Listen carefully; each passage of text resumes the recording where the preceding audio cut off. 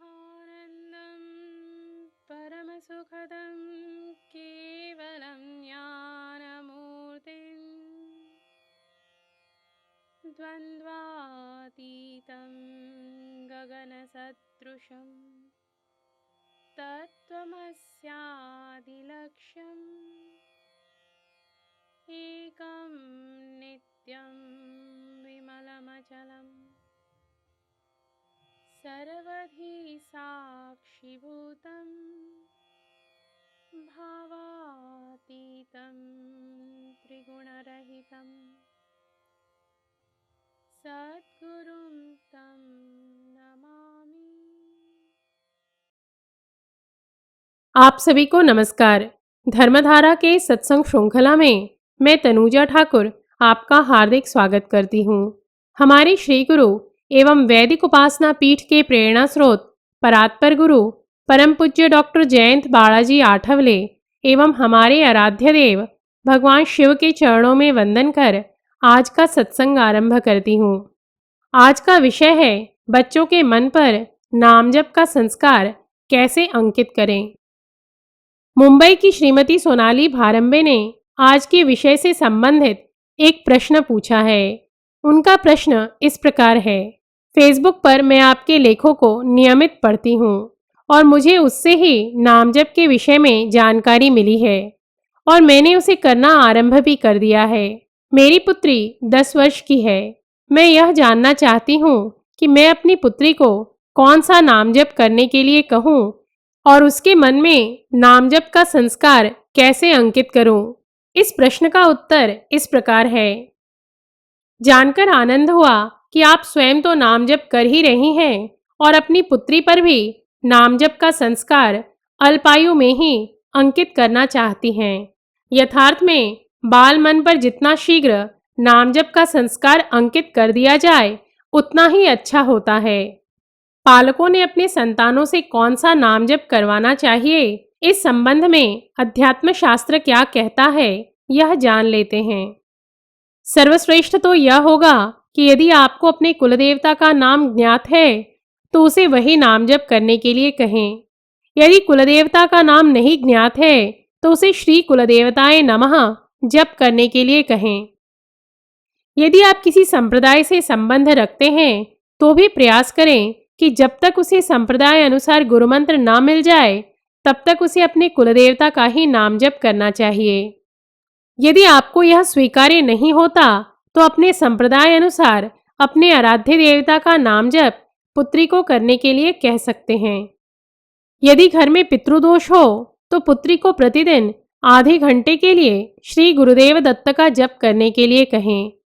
वर्तमान काल में सभी घरों में पितृदोष है, अतः बाल्यकाल से ही यदि पुत्री के मन में दत्तात्रेय देवता के नामजप का भी संस्कार डाल देंगे तो उसे भविष्य में पितृदोष के कारण कष्ट नहीं सहन करना पड़ेगा। कष्ट एवं आयु अनुरूप आप अपनी पुत्री को दत्तात्रेय देवता का जप 3 घंटे तक करने के लिए भी कह सकते हैं।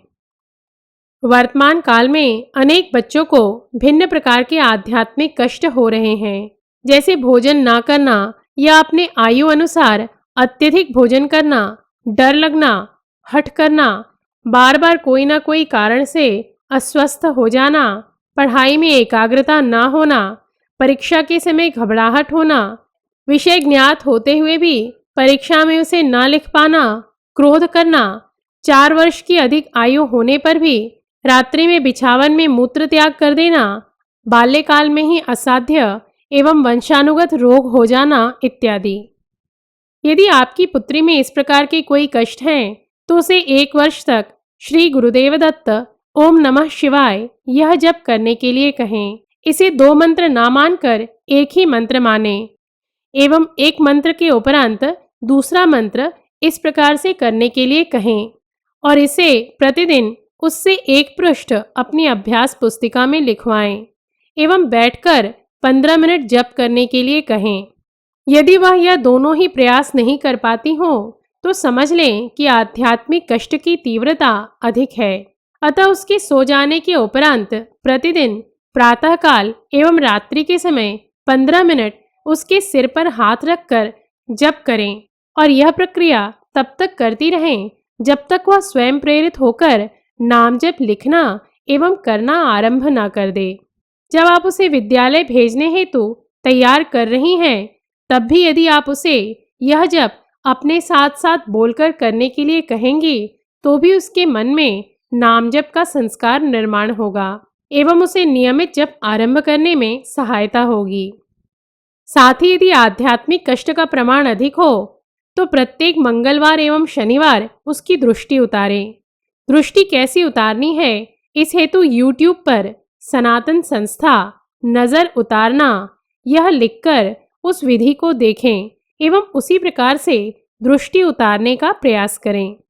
नामजप का संस्कार मन में अंकित करने हेतु पुत्री को नामजप का महत्व एवं उससे होने वाले लाभ उनकी भाषा में समझाएं। ऐसे संतों एवं भक्तों की कथाएं उन्हें सुनाएं जिन्होंने नामजप कर परम पद को पाया है। अपनी पुत्री को माला रखने हेतु एक गोमुखी एवं माला क्रय कर दें। आप भी प्रतिदिन माला लेकर उसके समक्ष बैठकर कुछ देर जप करें। बच्चे अनुकरण प्रिय होते हैं। आपको जप करते देख वह भी जप करने का प्रयास करेगी।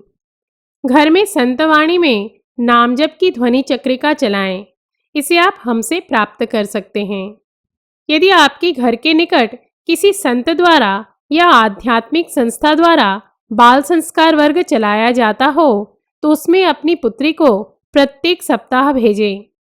इससे उसे नामजप हेतु पोषक वातावरण एवं आवश्यक शक्ति प्राप्त होगी। स्नान के पश्चात भोजन, शयन एवं रात्रि में सोने से पूर्व उसे कम से कम 11 बार नामजप करने के लिए अवश्य कहें।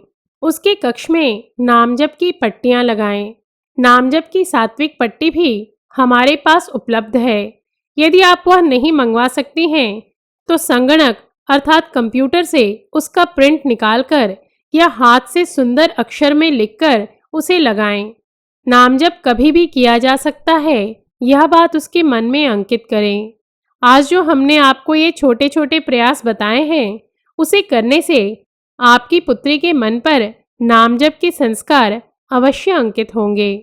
इन्हीं शब्दों के साथ हमारे श्री गुरु परम पूज्य डॉक्टर आठवले एवं भगवान शिव के चरणों में कृतज्ञता व्यक्त कर आज का सत्संग समाप्त करती हूँ। धर्म और अध्यात्म से संबंधित धर्मधारा के इस सत्संग श्रृंखला में हम नए तथ्यों के साथ पुनः उपस्थित होंगे। तब तक के लिए नमस्कार। जय तो हिंदू राष्ट्रम। ॐ पूर्णमदः पूर्णमिदं पूर्णात् पूर्णमुदच्यते पूर्णस्य पूर्णमादाय पूर्णमेवावशिष्यते।